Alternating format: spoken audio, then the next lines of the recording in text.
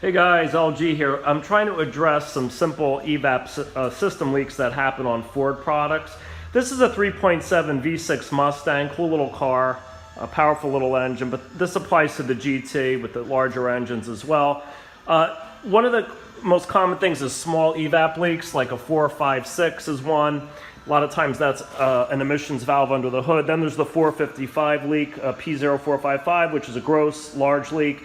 Start with the gas tank because this part's free. If you have the quick fill like this car does, there's no fuel cap. Dirt and debris could get in here and these seals go bad. Now this doesn't seal the tank. This won't cause an Evap leak, but it does seal all the dirt and shit from getting in here and then falling down into this filler neck area. And there's seals internally there and they could get chips in there, or the seals get dry and they leak and cause a large leak. So before you go to a dealer or a car shop and spend lots of money replacing parts, just try this out. So I cleaned this already earlier, but so you could see everything, but I'm going to show you how I do it. So you open this up, gently blow all around here, get the seal, and in this container, I call it, where the overflow would go, if the gas pumper leaks fuel, get in there, blow all the shit out, and then inside here, as long as there's no debris, you're good. You don't have to go crazy. And now what we're going to do is clean this. Give me one moment, and I'll show you how to do it. Okay, we're still on step one. Again, this is usually for the large leaks, but sometimes it is a small leak, depending on if this is sealing partially or it's kind of stuck more or less wide, not wide open, but a great deal open. So the P0455 is common. Let's get this addressed first. I showed you about blowing this out with compressed air. Get all the heavy stuff off. Then just get your clear silicone, clean shop cloth, spray the shop cloth. Very simple. I want to keep this quick and simple. Wipe this out, this black plastic all the way around, because this is your sealing. This is your area that collects garbage. This is your sealing surface for the perimeter seal. This is soft rubber. You're going to wipe this all down. Now this perimeter seal only seals dirt from getting in, does not seal the tank. The tank seal is that silver disc at the bottom of the fill neck. It's on a spring hinge, so to speak. It's got definitely has rubber or silicone seals in there. You spray that. You get your emergency fill funnel out of the trunk. Ford will package this with their vehicle. And this is what you insert in here. Say you were stuck on the side of the road. That's how you get gas in the tank, because the nozzle on the gas canister, the little 5-gallon or 2-gallon can will not be strong enough. And underneath it's always in the spare tire well from what I've seen, but notice how it shows, to slide the fuel fill adapter here. That's where your funnel sits, okay? So once you spray your silicone in that inlet, just work it with the funnel, okay? Very simple, just in and out. You hear that nice solid click? That's because that door is working correctly. In other words, it has tension on it. Two things. Do not use brake clean or harsh chemicals in here at all. I think the silicone's the only thing that's friendly. Leave the funnel in and spray alongside the funnel to help rehydrate the seals down there. And that's it. And if you had to use a cleaner in here, I would just get a very clean cloth and use like an isopropyl alcohol. They sell those generally in 70 to 90%. And that won't rip up the plastic. The brake clean would be a terrible idea. So that's it. I think that's your P0455 taken care of. 80, 90% of the time it's not a failure if the car was maintained. If the car's a dirty piece of garbage that's abused, it could be a problem. We're going to go under the hood next and look at that emissions valve, because it's the most common cause of the small leak on the Ford. And they use these plastic valves on their V8s and their V6s. Be right back. Okay, so we're now under the hood of this Mustang. I'm going to show you how to remove this purge valve, which is right here. Very simple. There's 2 bolts holding it down. This is your upper intake plenum, and the purge vapors get introduced to the valve. The valve then opens and injects them down into the intake for burning and going out the tailpipe. That's what we try to do with these Evap systems, not release the fumes.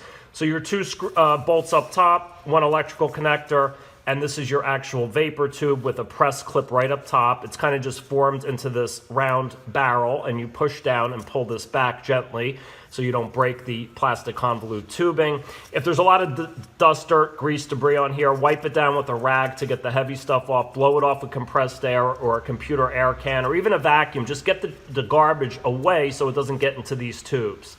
And I'll show you how to disconnect this. Okay, so work carefully because there's another tube here and it's connected somewhat solidly to the throttle body with a nylon clip. So instead of breaking this or even trying to move it, let's work around it. So there's a thumb tab here, okay? You're gonna push this down and retract your electrical. Okay, and it's very, very simple. And then also over here to show you a little more clearly that this push tab I was talking about, it's like a little push clip. I'm using a pocket screwdriver. You could see it, how it just gently goes up and down. It's hard to see, but it's kind of starts here and works around. So all I try to do is get two hands in here, one to push it and one to pull back. Okay, I had to put the camera down because I needed two hands. Again, I pushed gently, you don't push hard. Give it a little wiggle with your other hand. It's gonna slide right out of the way. And now we're just down to these two screws. And this is real simple. I got myself an 8mm quarter drive socket on, I have an automatic 1/4-inch driver here. Okay.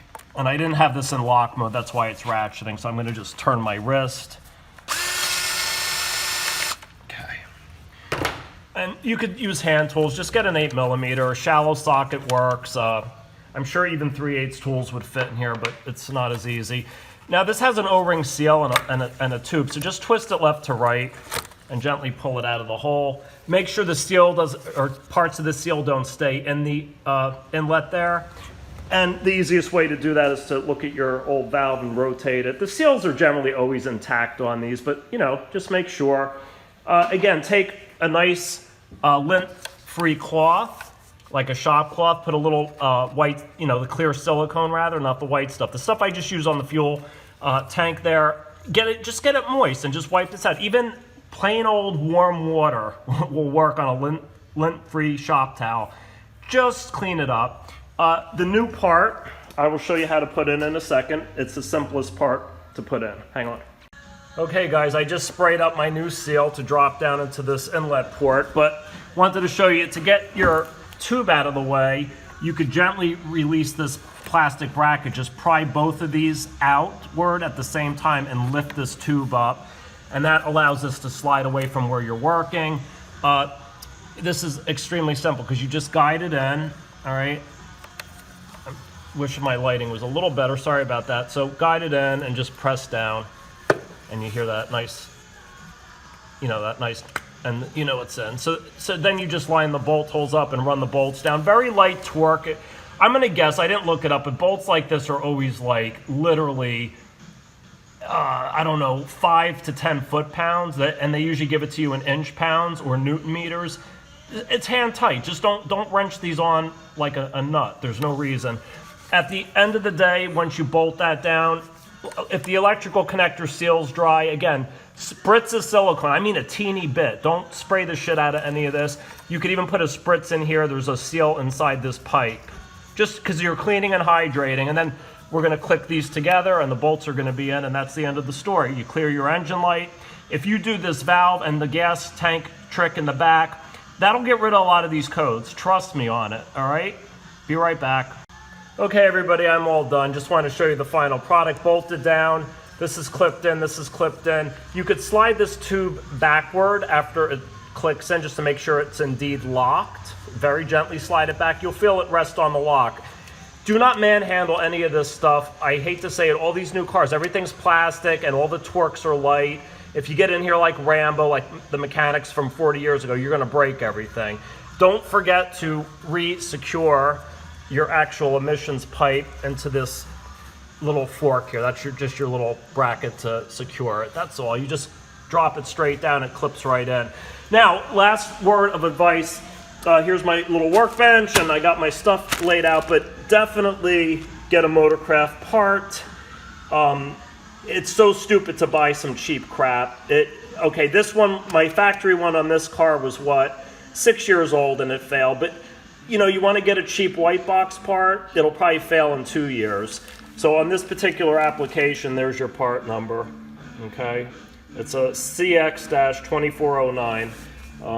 But again, you just look it up by application. All right, I hope this was helpful. Have a good one.